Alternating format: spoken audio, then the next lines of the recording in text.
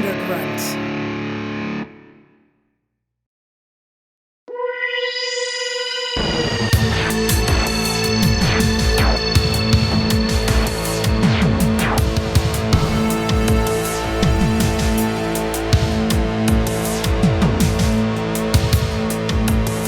Hello and welcome back again. We're never stopping. We are late. I will admit this episode's coming at you late for circumstances that were easily within our control, but we're not that motivated. I mean, we already know everything, so it's really just for your benefit that we are doing this at all. So feel lucky. Yeah.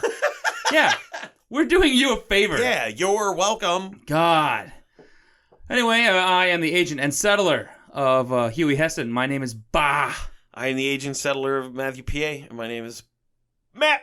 And we're back again with more pseudoscience, conspiracy theories, weird shit. Morons. We said that this is a show about idiots and what they write down and blog about. Yeah.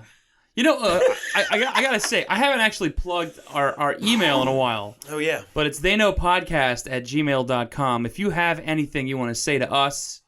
Or the world. This is a platform for true knowledge. We will let you know what they know. As soon as possible. Yeah. It's just gotta let us know what you know, and then we'll let the world know what you know, and then you become a they. Yeah. And then that's just. And then you're powerful. Then you're powerful. You've got the complete unanimity. That's a Mystery Men quote, which is very great movie. It's a great movie, and has nothing to do with what we're going to talk about. I don't believe anybody thinks that's real. No, they might though. So today's episode is called "Art Imitates Life Imitates Art," and it's all about the things that you thought were fiction being real, or at least based on something that actually happened. This is there's a lot to unpack from these because there's so just the concept of accepting that fiction is real is such a leap mentally that I don't know how you come back from that. Like at that point you're full on, I don't know what to tell you. So. Did all the people that are obsessed with Avatar think it was real? Or did they just want it to be real? Avatar, the Last James Airbender? Cameron. Okay, No, okay. Yeah. They thought that was real? I don't know. Never mind. Could you? Sorry. Why are you doing this? Well, I don't know. I don't understand how you can look at a piece of fiction that was created at a certain period of time and then be like, oh, that actually happened. You know what I mean? It's insane. Yeah, I don't get it. But okay, let's talk about a few instances where fiction and reality might just overlap. But probably not. Although, for our first example, one, it definitely really did overlap, but there's no doubt. This is just proof of how stupid everyone is. Honestly, and why this show's about morons. So initially, we had three things we were going to talk about, and I'll just bring up the one we were not going to talk about first, which was Faust is real. Yeah. So Faustian deals are, that's the whole, you sell your soul for something you get from the devil. It's, I mean, it's very cliche now. Like the devil's real and he's willing to talk to you. Yeah. Okay. Yeah. So, but we couldn't find anything about that, which I feel like because it's just it's the crossroads. It's everything. It's everything. It's so far into the culture that like Supernatural is like 90% of the episodes are that. Exactly. So, yeah. It doesn't make any sense. I mean, what research is that? Yeah. That's just people believe that shit. Yeah. And but we couldn't find anything that would be like humorous or crazy enough for us to bring it up. So we had to pivot a little bit, which is actually why the delay of this happened. And we moved on to talking about... Why are you letting them know so much? Who it's cares? Like the show's called They Know or something. I mean, yeah, like, what are they going to do? Tell us to stop? I choose. I am the editor, and I will talk for however long I want. You know what? I'm going to sidebar real quick about something that I was thinking about. Okay. Speaking of fiction and reality and dealing with that, do you think there was ever a point in Bram Stoker's life where... Somebody was like, I want to meet Dracula. I know you know him. I know he's real. Well, no. Where in the future, this, like, macabre being of, like, evil that he thought it would ever be a trilogy about a Transylvanian vampire hotel chain. Probably not. Like, I mean, just like the man who created this. He was like, I'm creating the most diabolical, evil thing that will terrify people until the end of time. And I just saw a trailer for the third one where they played Cake by the Ocean. Oh my God. and I'm like, man, what would Bram Stoker think of this? Not like, I don't really care. Like, I don't hate it because of that, but I just think it's funny to think about a man who thought he was making like the ultimate fictional evil has now, that character has now been reduced to being a hotel supervisor voiced by Adam Sandler, which is pretty amazing. That's insane. Yeah. Moving on. Well, anyway, double sidebar. Oh. On topic. Okay. Well, that's sort of on topic. People did think the guy in Nosferatu was an actual vampire. Oh, and there's an awesome movie about it called Shadow the Vampire with Willem Dafoe. That's the shit. Dude, I remember watching commercials for that. Yeah. So fucking good. It's awesome. Yeah.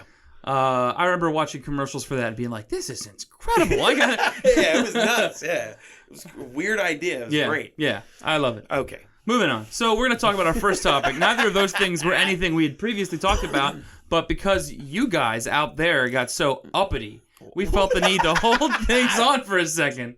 But moving on.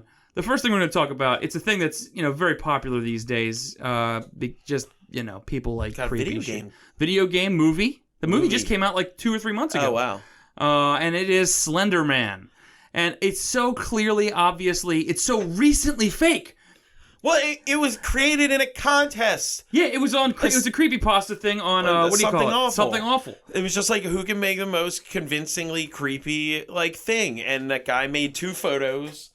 Yeah. Of tall, faceless dudes standing behind this playground. Yes, June 8th, 2009. That is when he made the 2 images, and that's where Slender Man was born. And in 2014, which is 6 years. So far, 5. Oh, 5 What the hell am I doing? 5 years later, 2 girls stabbed another girl 19 times. She lived. She did live because a jogger found her. Yeah. Stabbed them 19 times to appease Slender Man. Yep. The police found them while they were wandering through the woods, and they said they were looking for the Slender Mansion. What the fuck? It's such a this is a great. It's not a conspiracy theory. It's not pseudoscience. It's just a weird look at how fast you can this thing is. It was made for a fictional contest, and 5 years later, a girl got stabbed 19 times because 2 girls thought it was real. That's insane to me. The speed. I can't believe listening to people talk about Slender Man, despite they'll reference the fact that it's fake and then just continue to cite things, and then it was basically reverse engineering to prove he's real. Yeah. Where they're like, all right, here's a tale from 1702 about this woman wrote about how her daughter saw a tall man outside, a tall angel outside, and it tried to kill her family and shit like that. And they were like, clear, it's tall. Slender Man. Done. Okay, him. Got it. It's very similar to the mountains being trees. Yeah. Looks like a tree. Obviously tree. Moving on. It was like, is it a shape and it's tall? Slender Man. Slender Man. So it's just people, and it's insane. That's insanity. Somebody made it up and was like, I'm presenting you with a fake thing. Yeah. And then people were like, oh, but it sounds a lot like all these incredibly vague reports from hundreds of years ago.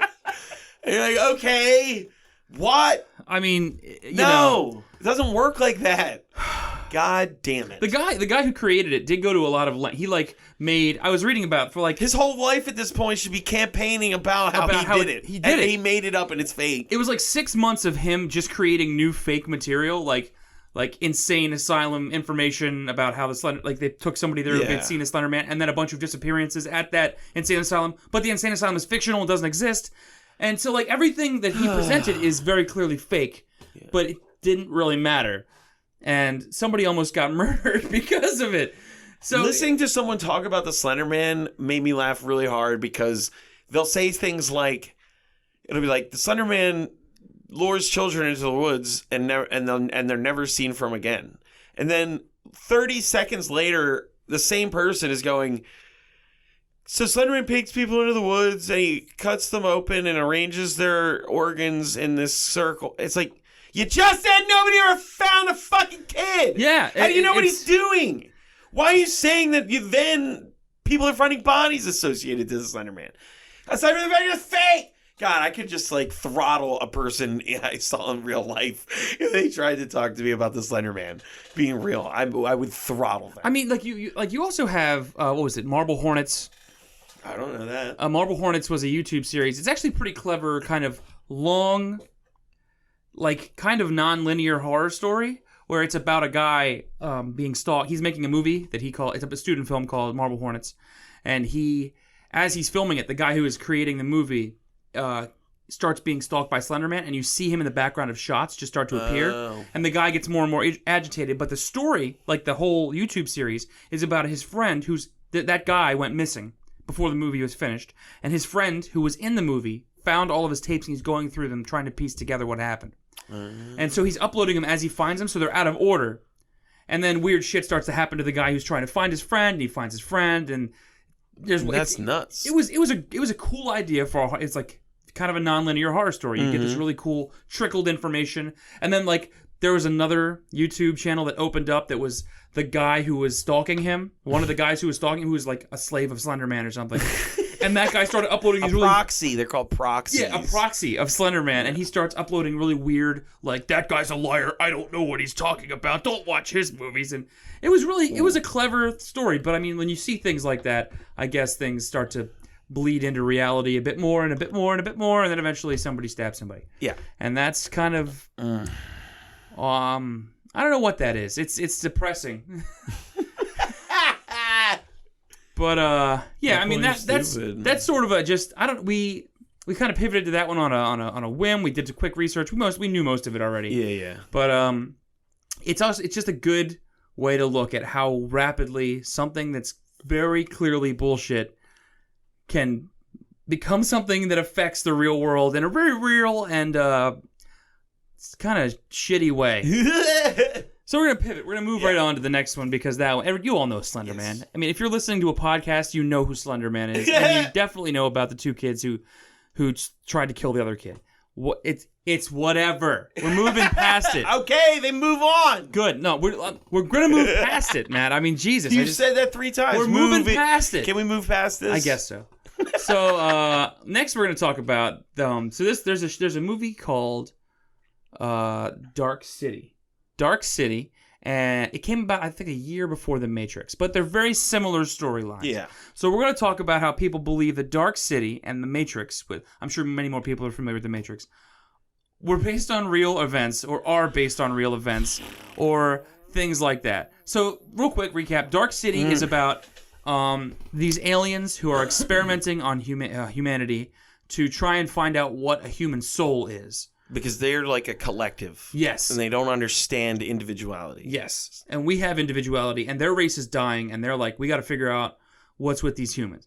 So we're all... Well, how is that supposed to save them? We're not going to talk about Dark City, into the details. I just didn't understand how it was saving them to then create individuality. Yeah, I don't know. In their own species, but anyway. But, so the aliens are on this, like there's a city built on top of a spaceship. Yeah. And it's just flying through space. And the main character, like, they basically wipe everybody's memories every night, and they try out just to see how people interact with each other, to see if it changes things, to see what the spark of humanity is. Yeah. And The Matrix is about humanity losing to machines in a war and becoming batteries for a machine world. Mm-hmm. But the machines have created a fake reality for us to live in. That's The Matrix. And, humanity's trying to fight them. Cool. Yeah. These came out around the same time. They're very indicative of the, mid-90s kind of cyberpunky, futuristic thing.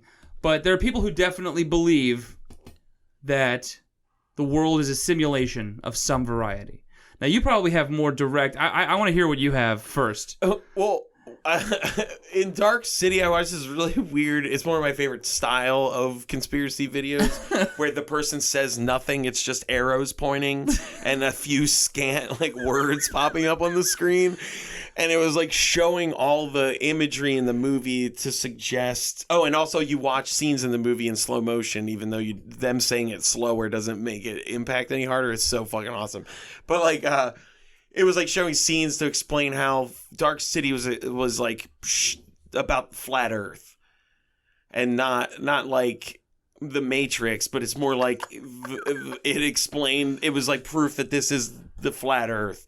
And everything in the movie was like leading you towards that. Oh, obviously. Because they're like in the movie, it's always nighttime. Yeah. But nobody ever remembers it not being nighttime. Yeah. Because they always just get woken up and it's dark. Yeah. And at the end of the movie, when they show the flat city floating in space, yeah, when the main character like gains control over it, he tilts it towards the sun, so that they then have light. Like, because you could just turn off the sun in a flat Earth. Oh, because it's not. You just have to. It's all about the degree in which. But we'd all slide off. Well, yeah. What the fuck about that? All right, I didn't even think about that. That's great. But so then I was like, okay, people think this is Dark City's all about the flat Earth. That's kind of neat. Then I found this woman. This like 40-year-old lady in her backyard being like, all right, I finally watched Dark City last night. I hate it, but here's what I think it made me feel. And like, it's like 20 minutes long, or maybe 15 or 18 minutes long. Good Christ, this woman. I love her so much. She is like sold. The Mandela effect exists because we are in a matrix. And we are being controlled. She said they so many times without ever like specifying what they were. Well, I mean, She's they like, know. well, I mean, they control our world. They can shape it any way they want at any moment that they want, and they can do it on like a psychic wavelength that we can't perceive. So that when we wake up, we just adapt to it because that's what we're best at doing, is adapting to things. And it's like a combination of Dark City and the Matrix because she thinks they're feeding off of us.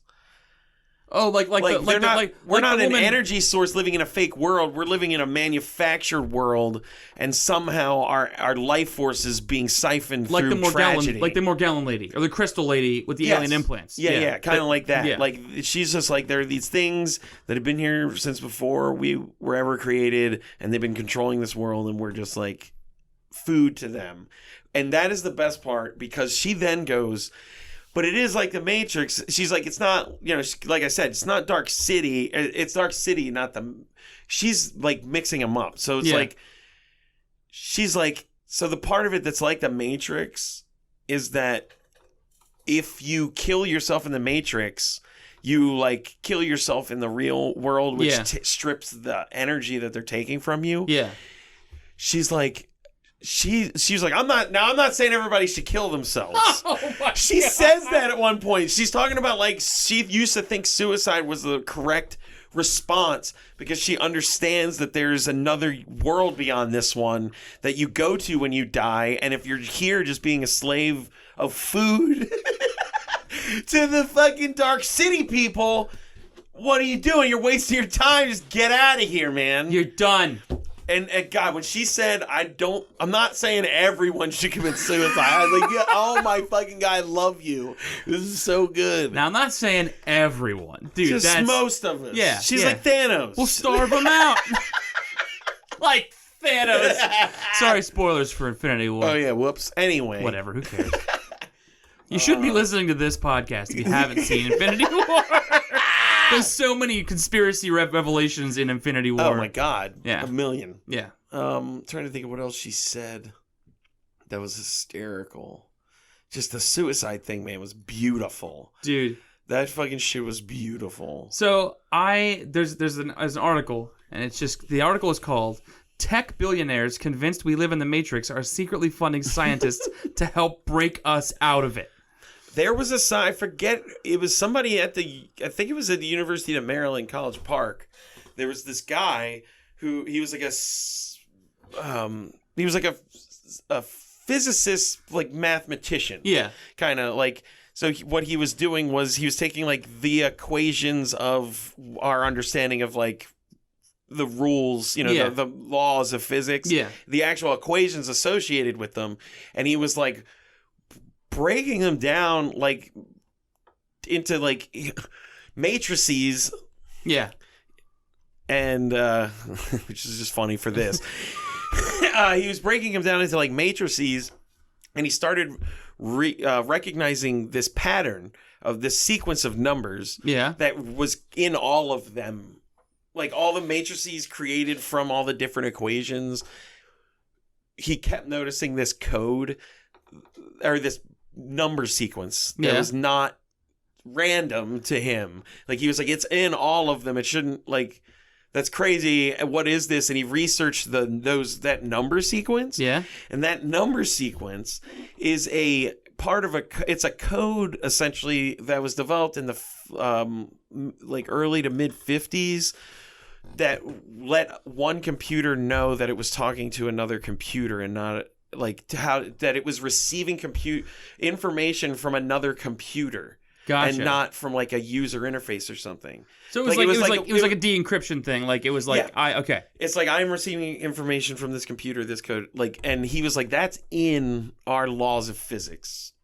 And he was just like, a code to let a computer know that it's talking to another code. I found it in reality, the basis of what we understand our reality to be. I don't know, man. That was a long time ago. I can't remember when that happened. That was like, probably like 2008. I can't remember. I actually had an idea for a pen and paper RPG, where the idea was that you're like there's a certain like reality is a simulation, and the way that each class works is it's how they interact with that simulation. Like you can hack it in different ways to give yourself certain buffs, like to just how you deal with reality. And then so there's people who go, like they draw physical power. There's people who just like, as a sort of a spell casting thing, they like warp the way reality works around somebody else. They do like, so things like that. And I forget what it was called, but I was really like, I tried to work on it with like 4 people and nobody cared. So we stopped. But, that's the creative process. Yeah. But yeah, so, but there's that. So it says, they believe that the chances that we are not living in a simulation are billions to 1. And I love that even Bank of America analysts wrote last month that the chances we are living in a Matrix-style fictional world are as high as 50%. And I'm like, Bank of America? What if the Matrix never came out? Yeah, what would these people be saying? Yeah, would this be a dialogue at all? I mean... Like, seriously. Yeah, I mean, like, it's... Do you really think that because everybody, like, Matrix, everybody refers to it as Matrix style. Yeah, but if this didn't exist... Yeah, I don't know. It's weird, man. But there is also another thing where... sort of the same deal. There's, like, people that think we're living in a simulation because of, like, the way energy... The interaction between energy that we're able to monitor does not correlate to what on paper it should. Like there's weird limits to things that we experience, that scientists experience in practice, that in their equations said there shouldn't be a limit to it. Like it should be able to continue. Okay. Like beyond. You know what I mean? Like, but there's a limiter that just seems artificial? Yeah. It's sort of like why we can't hit cold fusion kind of thing, where they're like, this should, like, on paper with all the numbers, should work. But for some reason, there's this weird barrier we can't get past to achieve it in reality. Like in practice versus in theory. Huh. And there's like I can't remember them all. Like all this stuff came around the same time that guy did that thing. So it was like so the math checks out. This is like almost 10 years ago, probably. I think I read this stuff, but it's like there are these weird limits that they find in practice that don't exist in theory, and it's almost as if someone put like a cap on it to be like there's a RAM limit. Yeah, gotcha. Like or I didn't even think of it like that. If it's like a processing issue, which is crazy to think about because that talking to computer code thing is from the 50s, from when first the first computer to talk to another computer, they needed to figure that out. Yes, yeah. And people speculate, like, when did the simulation begin? And, like, those limits could be like an indicator to figure out what the processing speed of reality of the computer that our reality exists in is running. Man. So somebody get on that. Yeah. Crunch those numbers. When you know, let us know, and we'll let them know. And then so let everyone know. Oh my god, dude! I love I think his name is Sam Altman. He's hold on, let me see what he's in charge of. He is. This is awesome podcasting right now. He runs a company called Sam Altman, who runs Y Combinator, which helps develop tech companies. I love this quote from him. He said that Mr. Altman seemed to echo the fear and told New Yorkers that he was concerned about the way the devices that surround us might lead to the extinction of all consciousness in the universe. He spoke about how the best case scenario for dealing with this is a merge, when our brains and computers become one, perhaps by our brains being uploaded to the cloud. Mm-hmm. The phones already control us, he said. The merge has begun. And the merge is our best case scenario. Any version without a merge will have conflict. We enslave the AI or it enslaves us. The full-on crazy version of the merge is we get our brains uploaded into the cloud. I'd love that. We need to level up humans because our descendants will either conquer the galaxy or extinguish consciousness in the universe forever. What a time to be alive. Wow. What was his name? Sam Altman. That's awesome. Yeah. I love that he ends with, what a time to be alive. Like, it's so upbeat, except, there's going to be future conflicts and we're all going to die or something. What conflicts? I was going to say, like, that's a funny thing. That guy's like, if we all think the same thing, the world's going to be over. Yeah. Basically. Elon Musk is big on the Matrix thing, too. He is. Of course he is. He builds flamethrowers and is a fucking lunatic. I mean, come on. He's the one who said the 1 in billions chance that it's not a computer simulation. Yeah. He said that he is like everybody else. Everybody wants to live in a fantasy. Yeah. You know what I mean? Like he wants to be like, no, I'm smart and rich enough that I'll figure out how to be Neo because this is the Matrix. This is the secret, and I figured out. I'll figure out how to fly and travel through phone lines which don't exist anymore. Like, whatever. Phone lines. It don't. The dude just like full on Lawnmower Man it. Yes. And it's just like everybody saw Lawnmower Man as like this is the future, and this is how I want to live. Did you ever see the Community episode where they give him the 1990s filing system, and to get in it, he has to put on a Lawnmower Man suit? Oh no, that's and he has funny. to like battle a pterodactyl to deposit like a file in a filing folder, and he's just like, I feel the power, and it's just so old. That's how I feel like every one of these people thinks the world is going to be, and they're going to rule it. Yikes. I like I was reading that Musk came up. He had the thought after a chat in a hot tub. Fuck that. He said it was pointed out that computing technology has advanced so quickly that at some point in the future it will become indistinguishable from real life, and when it does, there's no reason to think that it hasn't done that already, and that's what we're currently living in. So that we're just in an endless loop of reality simulating itself constantly, which is an interesting thought. And, if I had $1 billion, I'd probably just start believing whatever the fuck, too. What if, holy fuck, dude. What do you got? What if the universe already exploded? And this is like, we're living in like the quadrillion billionth of a second as a simulation. Someone created a simulation, like the world was ending, and someone created a simulation to figure out the problem. And that simulation had to run for the course of existence, and in that process created technology to run another simulation to deal with the same problem the first one dealt with. That was somebody's solution that never ever reaches the completion. Yeah, it's like, well, that's a weird thing to think about, that there's someone waiting at this long end of a line for all these simulations to end, to then throw it back to them who are waiting at like the edge of the end of existence. But it's like each simulation is like that guy exists in each simulation, creates the simulation in that simulation, throws it back, and then the same thing keeps happening. Like there is, it's just like an endless loop of a person trying to figure out the problem and staving and the off problem never getting a solution. Yeah, because it's like exponentially getting closer to the problem hitting its apex with every simulation.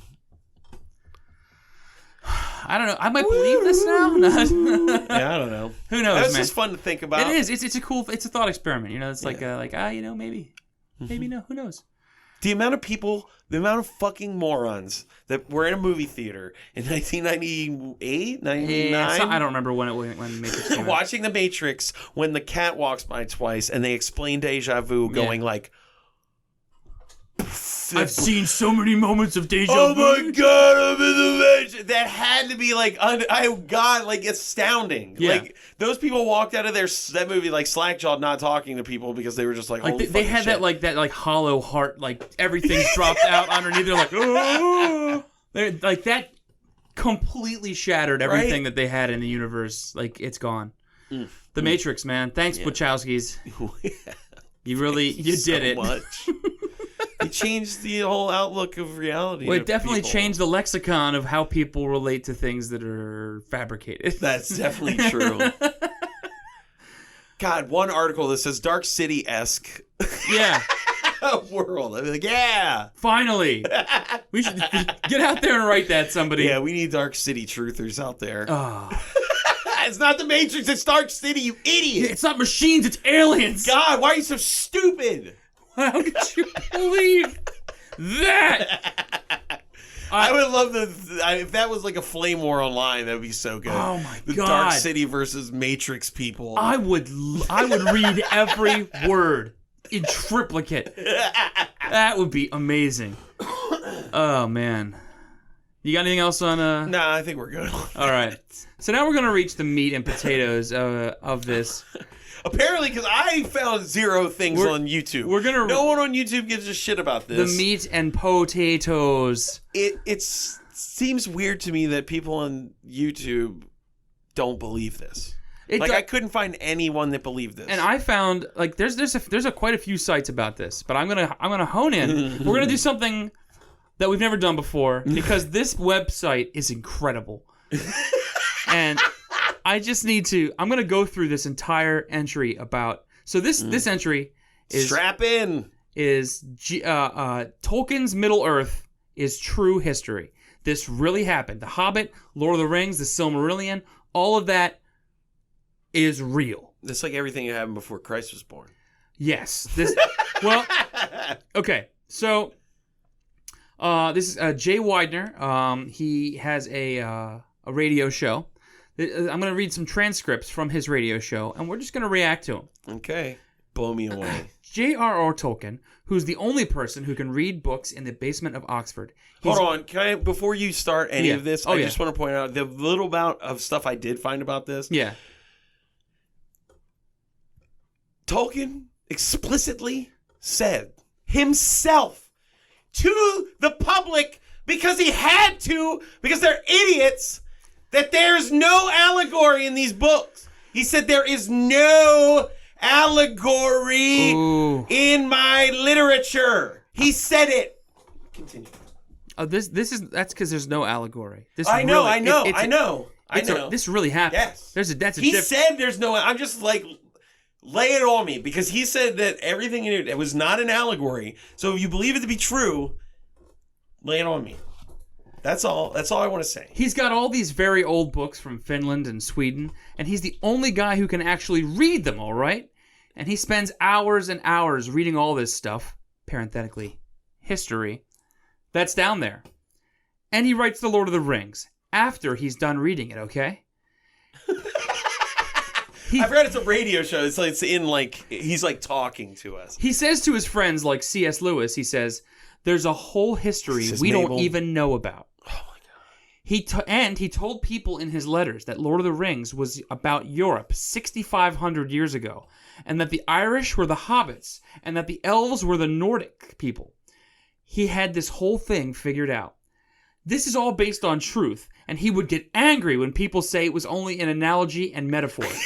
He would say, no, this isn't an analogy and metaphor. This is what I learned from my reading. There is this Lord of the Rings, like Saturn, and his name is Sauron. Sauron is obviously so close to the Mesopotamian dictator Sargon, who invented time. He literally invented clocks. Matt, sorry, you better strap in. Oh, man, we are dipping our toes into this pool. I gotta worship the guy who created time now. Now that I know who he is. Yeah. It's Sargon. Sargon. Don't forget his name. Oh. He literally invented clocks, calendars, schedules, and he really delivered the world into the linear, monochromatic world that we live in right now. Monochromic, sorry. Tolkien understands this and is trying to show us that this Saturnian power, parenthetically alien question mark, came in and forced us into a kind of slavery, all caps, wrecking the planet, destroying the planet, using up all the energy of the planet for its own devices. We don't really know what it is Sauron is trying to accomplish. Not really. He's trying to destroy the elves, who know too much and have too much power. He's trying to trap the earth into an energy-sucking thing, and he's creating half-breed clones. The orcs, and all of those who are not really human. They're only partially human, just like the Archons. Yeah. And he, Tolkien, knows all this true history, and he's reading all this. He's absorbing it. And so this knowledge was in our own histories, and it has been wiped out by these Archons, these forces that don't want us to figure out what's going on. Then the person shows a picture of all of the movie monsters from Lord of the Rings. Such a wide array of creatures inhabit Middle-earth, from beautiful elves to variations of orc monsters. Does Middle-earth connect with pre-Middle Ages? Phenomenal thought that the magical and menacing life forms we find in rings could have once existed, being wiped out over the course of time. Do the rings, and its lord, refer to Saturn's rings? Saturn the planet, it says. What?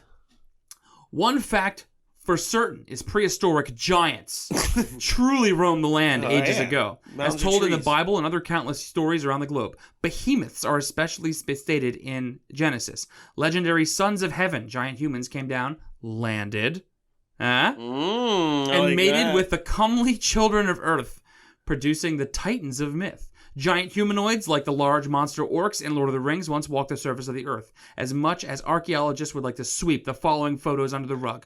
Underneath this, the following photos are four photoshopped photos of giant skeletons. I mean, so clearly photoshopped photos of giants' skeletons. Beautiful. Ancient bones of human-like creatures range from 9 to 50 feet have been unearthed.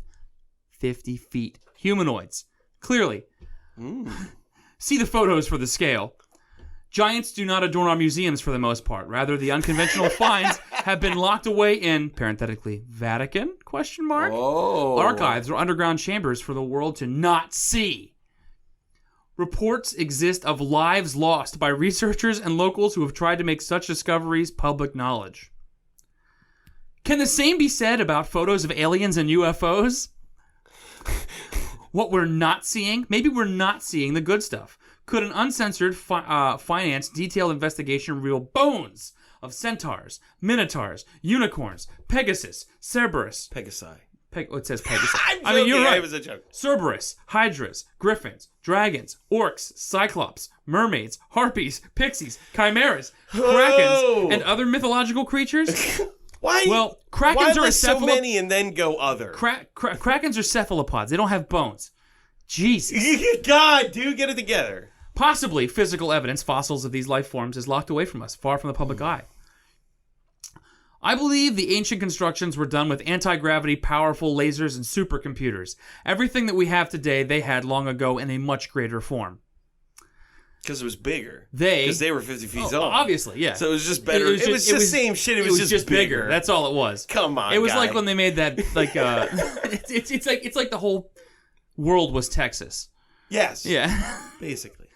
They, parenthetically we, had cloning. Now, what was the problem in Atlantis? If they had all the power in the world they could generate, they actually had utopia. Atlantis was Eden. And we have this memory that we came from paradise. That was Atlantis. Now, what happened to it? So, real quick, let's look at where we've traveled. Yeah. We're in Atlantis now. It's like Lord of the Rings is the root story of everything. So he thinks that, wow, man, Tolkien had access to a secret history of the world. Yeah. And he couldn't just tell everybody? I guess he couldn't just tell everybody. He just felt like he had to present it in a fictional way. Weird. I guess. I believe the Great Flood also killed animals that were cloned. We have mythological Greek and Roman legends of a half-man, half-horse, three-headed dog, all these mythological animals. They may have been genetic experiments, all that had to be wiped out in a flood to lower radiation levels. What? And just to get rid of the cloned monster madness. Oh my God! And what else would be left with but pyramids and fantastic constructions that we can't build today? Dude, it's seriously. But they made the clones. Anyway. Dude, I mean, I don't know what to tell you. The destruction of Atlantis was 12,000 years ago, and like Casey said, it was electrical. This is the destruction of a world power grid. There was a nuclear age 8,000 years ago, and then the world flood 5,000 years ago. Check the date Tolkien gave for Middle-earth, 6,500 years ago. Time fits with the needed flood 5,000 years ago. Wow. So don't forget that. So, where is evidence for these so-called monsters or genetic armies and slaves in ancient times? The precise answer for one particular group of them is in what you call variations of primates. These would be the actual varieties of subhumans with sloped foreheads or knuckle-dragging with brains the size of golf balls, Homo erectus, Australopithecus, Neanderthals, to name only a few of the small-brained clone armies, where possibly the war weapon of the time was genetics. And there's a picture of a very like a commercial grade caveman. He's got like a stone tool and he's touching a computer screen and looking at the camera with a question. Just so you know. I like this. This is way more. It's not just like. He's not saying, like, everything in The Lord of the Rings is true. Yeah. Oh, no, but it is true. No, no, we haven't gotten there. That is all really happened. Fuck me, okay. No. I thought this was actually interesting where he was like, Tolkien was part of a conspiracy to hide a true history. That is also what's happening here. Dude, it's everything, man. It's everything. Okay. Not Cro-Magnons, because they were the A-type cloners. Cro-Mags had brains larger than modern humans of present times. Cro-Magnons were the gods, or ancient human astronauts. Yes. They were our seeders, the pyramid builders and electrical grid builders. Atlanteans, and later Egyptians and Incas. Space Edgar jockeys. Casey wrote that. History never progressed. Maybe Tolkien was trying to tell us this with his lost history of Middle-earth. Not saying the Lord of the Rings creatures were exactly real, but do not be surprised to discover a nuclear age neatly hidden away from you. And if that were true, then maybe seashells truly found on top of Mount Everest proving a global water world was because bizarre unnatural creatures and their insane cloners had to be removed. Great Flood was not an act of God, but science from angels, Native Americans, the remnants of old technology fighting to save the planet from dark forces. Wow. Speaking of Noah, good Lord, there's man. big money, big budget Hollywood portraying the biblical story of the floods. There's Russell Crowe as Noah. Fucking love that movie. Sidebar, fucking fantastic fucking movie of craziness. There are all the animals literally walking up the plank in perfect pairs, not eating each other. Who's going to clean up the bottom of the ark? That's what I want to know. In my version, the true version, the animal's DNA was on millions of crystal ships. Suspended animation. On many you arcs. watched Knowing. Oh, yeah. Pretty much. Science people, the forbidden fruit of the gods is the only thing to believe and have faith in. Good Lord. Were the dinosaurs also a big part of the prehistoric genetic experiments? Consider the dinos not as old as we think, which explains the famous enigma of the squash trilobite sandal fossil and Paluxy river finds. Carbon-14 is bogus.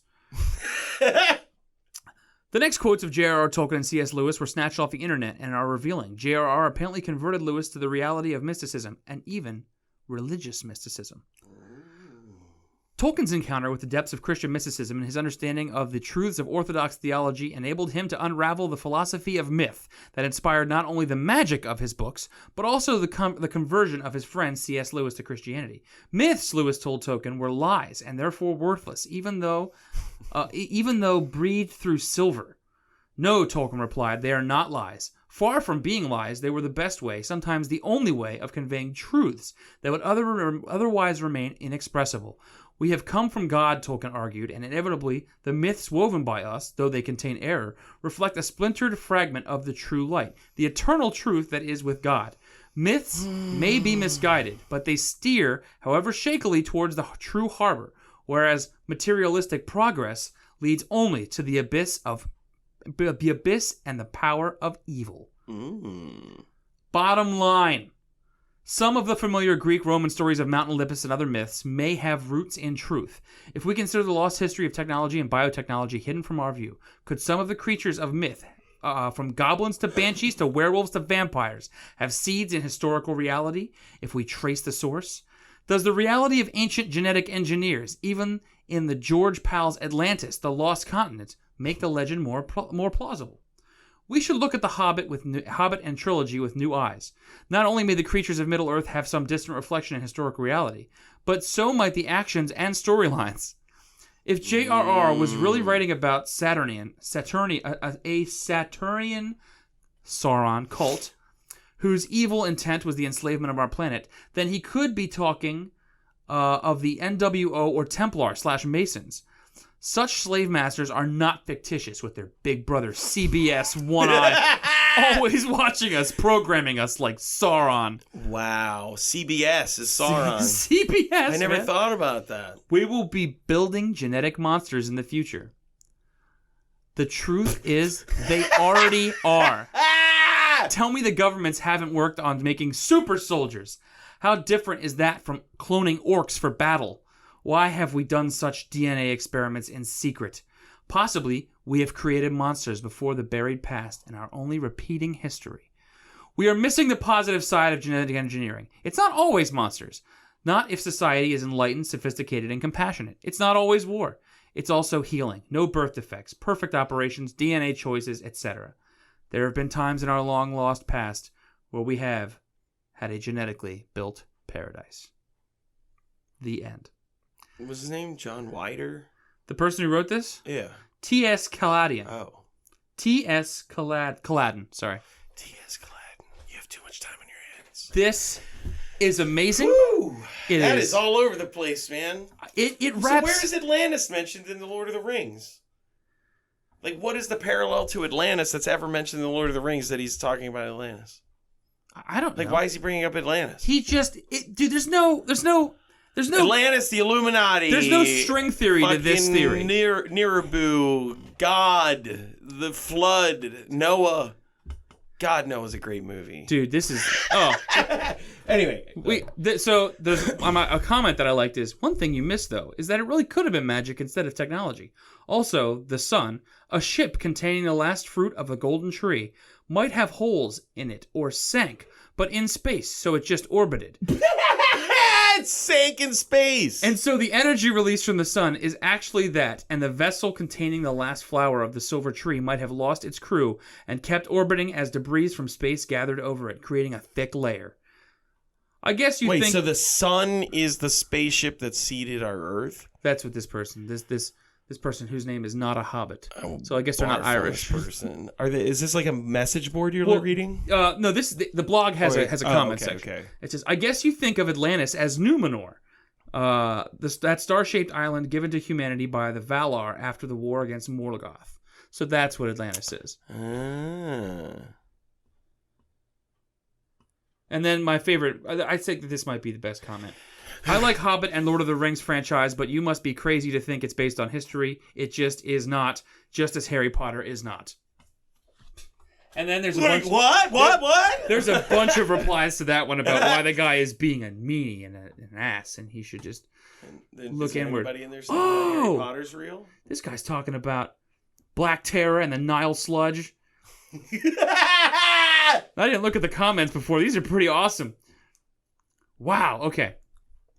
Anyway, that's a whole nother thing that we would just get Nile Sludge. Nile Sludge. That's a pretty good name. I was gonna say it's a pretty good band name. Yeah. All right, I think it's time we checked in with our old friend. Let's get to the Goose Lady before we need trying to hack my own brain and get out of here. Or learn how to make an orc. how to make an orc. I mean, apparently we just make them. You just make orcs. Real quick, Pee-Pee Squelly told you something, right? He had a...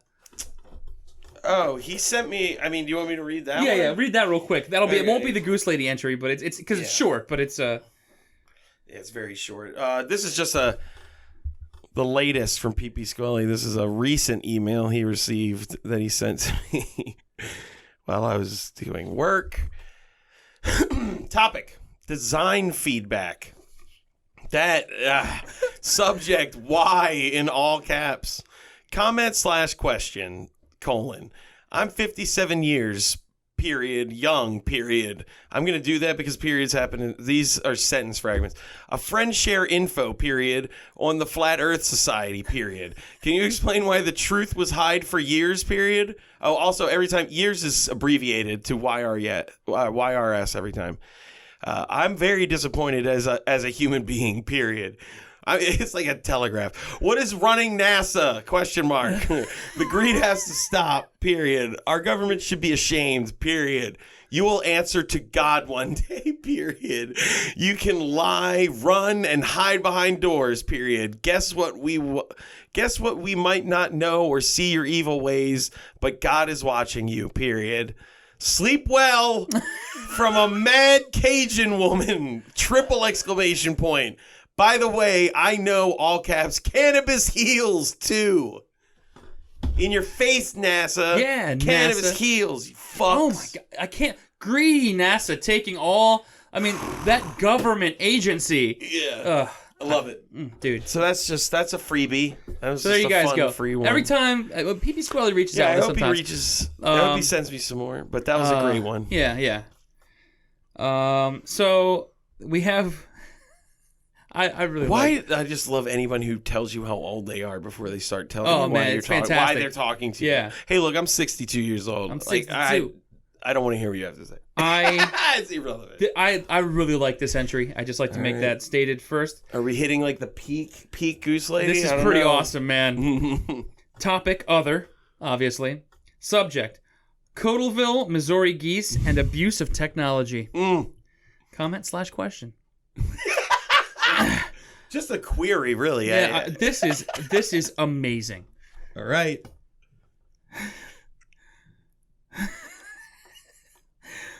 I know this is a pain in the head, but these people have attacked about 100 of these geese here again. How many fucking so many geese? Love it. And they have all 100. landed for the past couple of weeks right in the middle of the driveway into the Schnucks grocery store lot. They do not look good. Their fecal matter is all watery, and they just don't look healthy at all. How close to these geese is she getting? I love this. They just don't look healthy at all. Ellipsis. Like in the past. God. And then, thanks you all for your kind care and support in determining what might be causing this. I sent a note to NORAD yesterday, and as a result... tried to blow up my house. A missile came through my kitchen window. I sent a note to NORAD yesterday as a result of them hitting my... That was in quotes. Hitting my personal space and me personally. So if you can figure out what they're using, that would be great. NORAD is attacking her. She thinks NORAD is controlling the geese to attack her. Okay. Oh, no. Something is attacking her. She doesn't know what it is, and she wants NASA to find out. No. Oh, and it's also attacking the geese. Yes. Holy shit. It's finally coming together. I like that she's like on NASA's side now. She's like, oh, cool. Yeah, Also, I thought she was mad at them at first. Dude. Totally turned a corner here. Yeah, we now understand this is she's a new angry side. with NORAD for attacking her and these geese. Also, via blogging. Also, they hit me in the middle of the night, and when I get up, there are no sounds. And when I leave to come here to the St. Charles Community College, same thing. No birds talking in the early a.m. The trees are looking poorly, etc. All from the excessive use of their Blackberries and iPads. I still have none of that technology, and I have no way to ID them or put a stop to it. What? I guess she thinks like Minority Report exists and you can just film someone on a phone and know who they are. And that's the end. Dude, It looks. Well, how is she sending these emails? She going to the community college. That's what she said. Oh, she goes to the community college. She goes to the St. Charles Community College. I love it. To send these emails to NASA. Dude, that woman's going with like a bag, and she's just like, okay, time to send my 48 emails to government societies. This makes so much more sense, though. Oh, it definitely does. This is a crazy old woman who thought she's being attacked by satellites, then figured out the only way to combat this problem was to use technology. And then, because she always talked about, like, oh, I noticed these geese at the college. Yeah. Where she came to send the email about her being attacked. That makes the first email make way more sense. Yeah. Because she was saying... Remember when she was like, someone attacked my car? And we're like, what the fuck is that? Yeah. That's what she was coming to complain about. The goose thing is, I feel like she just noticed that on her way in. Dude, there's a lot of levels to this. And wow. We gotta put this together like Memento. Yeah. There's a lot to unpack with Goose Lady, and I don't think we'll get any clarity or she didn't say blogging once in that one. And I feel like she's moving moved on. Just the technology. She's getting smarter. Yeah, she knows what she's evolving. She knows blogs are not the real enemy. It's learning. I hope that I just hope that we have a nice conclusion to these stories. I haven't read ahead. I never read ahead. I don't know the end of this either. So I hope that PP Squelly will, if more come in, send them to us. Because should we have them on for the finale when we hit the last one? When we hit the last... I mean, unless there's a new Goose Lady thing, then yeah. I mean, PP Squelly probably should be here just to... I still feel like we know where she lives now. We should try to contact We should just... I mean... Dude, what all right, if we're gonna do a GoFundMe. We found out her email address and started corresponding to her as if we were like a person from NASA, and then I'm glad you pointed out all these blogs. I'll pretend to be a person from NORAD. You pretend to be a person from NASA, and we'll just bang her with emails like back and forth all day. Oh man, dude! Then she'd never leave the community college. Yeah, she'd be answering emails all the time. I mean, or we could drive her to suicide, which would get her out of the Dark City matrix that woman was talking about. Which we should just introduce her. We should introduce her to the Slenderman girls, and oh my god, they can stab her up. Maybe stab a couple geese. Oh, if they stab the geese, she's on their shit. They're on her shit list. Oh, you stab her all you like. Yeah, but the second you touch these watery fecaled geese, how did she get near their poop? Why was she anywhere near them? Like the past. She's inspected their shit before. It's incredible. I love the Goose Lady. This is, I mean, I really get a lot of enjoyment out of looking up these like researching these things, but Goose Lady's the most surprising, special thing that we've gotten out of this. Oh my god. And no other podcast has Goose Lady. Mm-mm. We got that on lock. Exclusive. It's exclusive. Goose Lady exclusive. Exclusive. Oh yeah, I know, man. That one hit me hard too. Hey.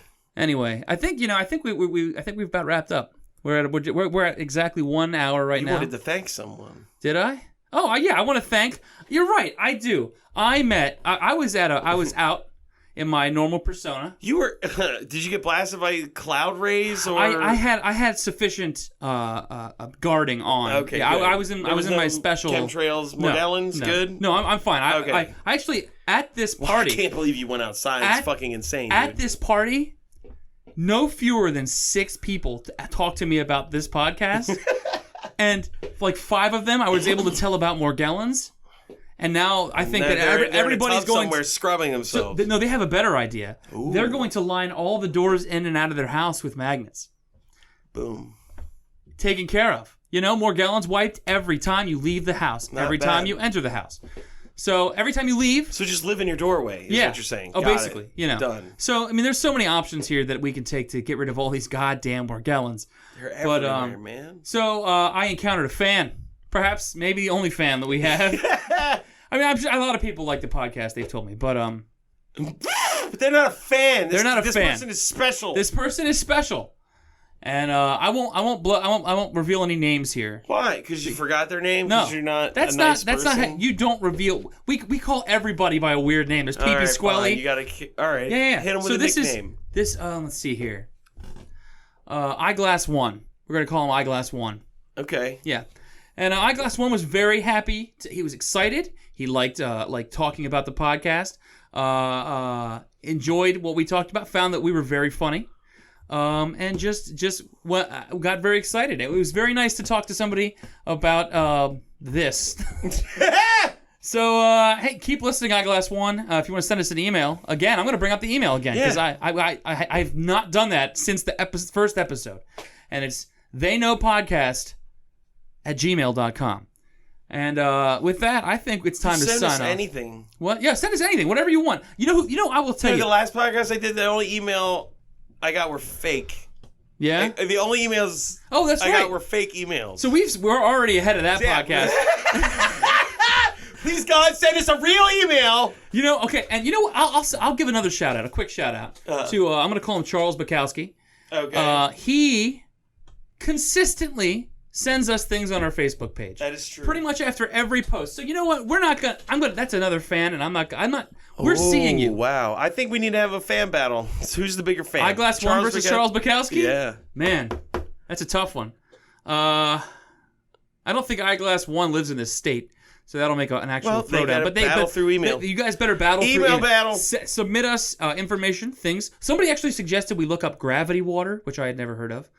I added it to our list. Good. Because somebody that they know, I believe it was Eyeglass One's girlfriend, somebody that they knew.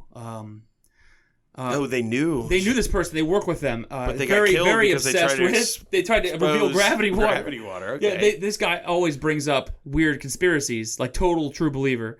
And he's always talking about gravity water. So I thought that maybe we could look up gravity water sometime in the future. Stay tuned for that. But until then, I have been Ba. I've been Map. Have an enlightened day.